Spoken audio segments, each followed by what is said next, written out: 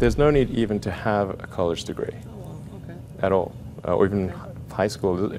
I mean, if somebody graduated from a great university, that may be an indication that they will be capable of great things, but it's not necessarily the case. You know, if you look at, say, people like Bill Gates or Larry Ellison, Steve Jobs, these guys didn't graduate from college. Dropouts, yeah. But if you had a chance to hire them, of course, that would be a good idea. Yeah. So, you know, just looking just for evidence of exceptional ability. And if there's a track record of exceptional achievement, then it's likely that that will continue into the future. Mm-hmm. What are your thoughts on the innovations in education today? Thank you. Some of the mistakes, at least in my opinion, that I see being made in education is teachers do not explain why kids are being taught a subject. You know, just sort of get dumped into math and like, well, why are you learning math? What's the point of this? It seems like some, you know, for some people, like maybe it's, I don't know why I'm being asked to do these strange problems. But you know, the why of things is extremely important. If on the one hand you're being asked to memorize or learn, say, formulas, but you do not know why this is the case, then you have this cognitive dissonance of it seems irrelevant, but I'm being told to remember it, so I'll be punished. so I better remember it. But so the why of things is very important, and then being able to, and then picking kind of a problem, and then using various educational tools to solve that problem, like using math or physics or economics to solve that problem, is far more engaging than teaching the tools. It's important to teach problem solving, or teach to the problem, not to the tools. Mm-hmm. So this would be like, let's say you're trying to teach people about how engines work, or you know, you could start by a more traditional approach would be to say, well, we're going to teach you all about screwdrivers and wrenches, and you're going to have a course on screwdrivers, a course on wrenches, and all these things. And it's this is a very difficult way to do it. A much better way would be like, here's the engine. Now let's take it apart. How are we going to take it apart? Oh, you need a screwdriver. That's what the screwdriver is for. You need a wrench. That's what the wrench is for. And then a very important thing happens, which is that the relevance of the tools becomes apparent. You know, if you think of like, what is education? Like, you're basically downloading data and algorithms into your brain. And it's actually amazingly bad in conventional education, because like, it shouldn't be like this huge chore. So you're making it way better. But I mean, I think a lot of the things that I would say you've probably heard 100 times, and in fact are, if not doing, like, the more you can gamify the process of learning, the better. Like, for my kids, I do not have to encourage them to play video games. Yeah. Okay, Yeah. I have to like pry them from their hands, like crack. Yes, Yeah. yes. It's like, drop that crack needle. Yeah, yeah. You have that problem at your house too. Yeah, Yes, exactly. The crack is addictive. Yeah. To the degree that you can make somehow learning like a game, then it's better. And I think, unfortunately, like, a lot of education is very vaudevillian.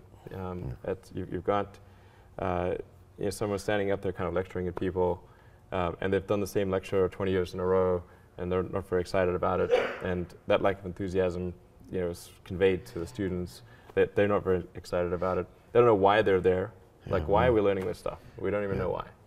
In fact, I think a lot of things people learn, probably there's no point in learning them, because they never use them in the future. Well, you have to say, like, people, I think, don't stand back and say, well, why are we teaching people these things?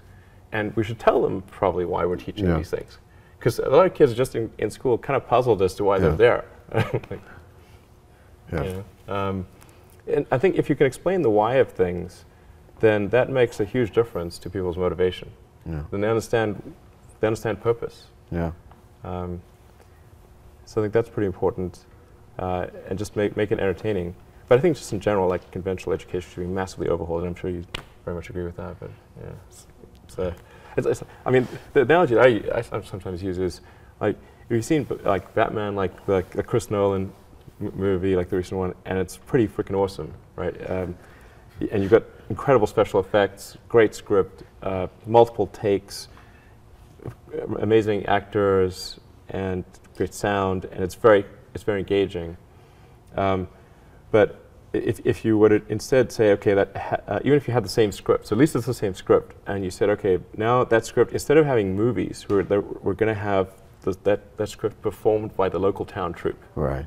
Okay, and so in every small town in America, if movies didn't exist, they would have to then recreate The Dark Knight. Right. You know, with like home sewn costumes and like, you know, jumping across the stage and not getting their lines quite right and not really looking like, you know, the people in the movie, and no special effects and everything. And, I mean, that would suck. It would be terrible. That's right. That's very. That's education. That's education.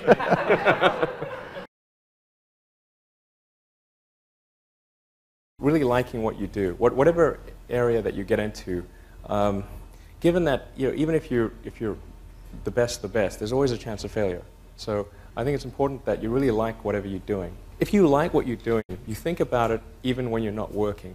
I mean, it's something that your mind is drawn to, and if you don't like it, you just really can't make it work, I think.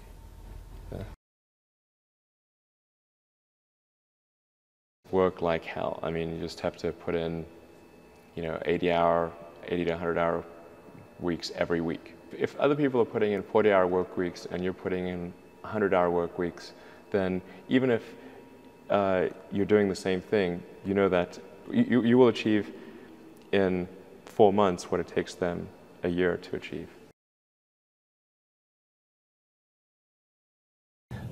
The ability to attract and motivate great people is critical to the success of a company, because a company is it's a group of people that are assembled to create a product or service.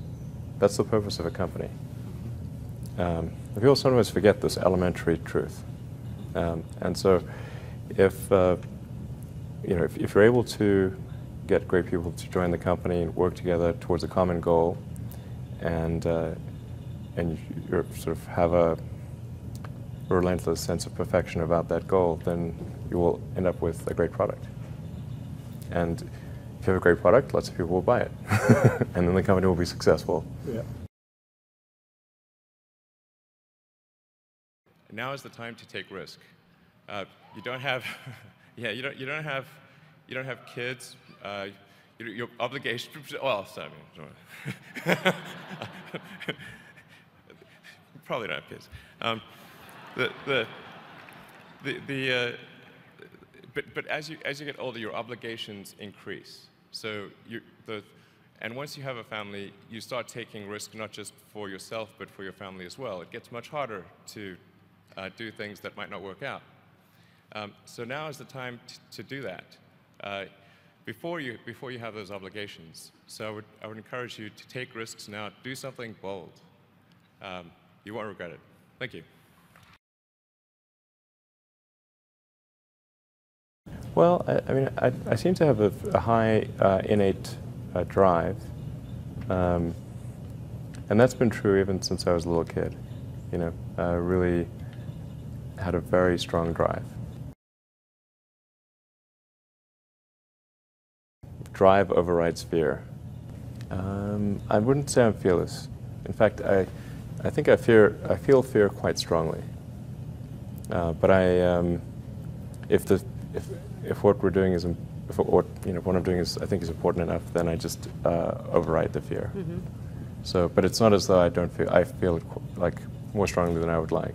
Well, it really depends on the stakes. If the stakes are high, if it's really important, then I will overcome the fear and just do it anyway. Mm-hmm. Did you think, I need to pack this in? Never. Why not? I don't ever give up. I mean, I'd have to be dead or completely incapacitated. I mean, I think I'm speaking for everyone. This is like the most epic possible conversation one could have over about the course of an hour.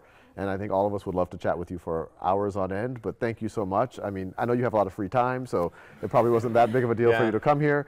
But yeah, it was a huge honor, and I think it's inspired all of us to go out and change the world and the universe. Cool. Thank you so much for watching. If you've enjoyed our video so far, please help us grow our YouTube channel by giving it a quick like. Just press the little thumbs up below the video. Be sure to tell us what you think in the comments section, and most importantly, please press that subscribe button so you can enjoy more of our awesome videos in the future. To watch more on Elon Musk, here are a few other videos you might enjoy next.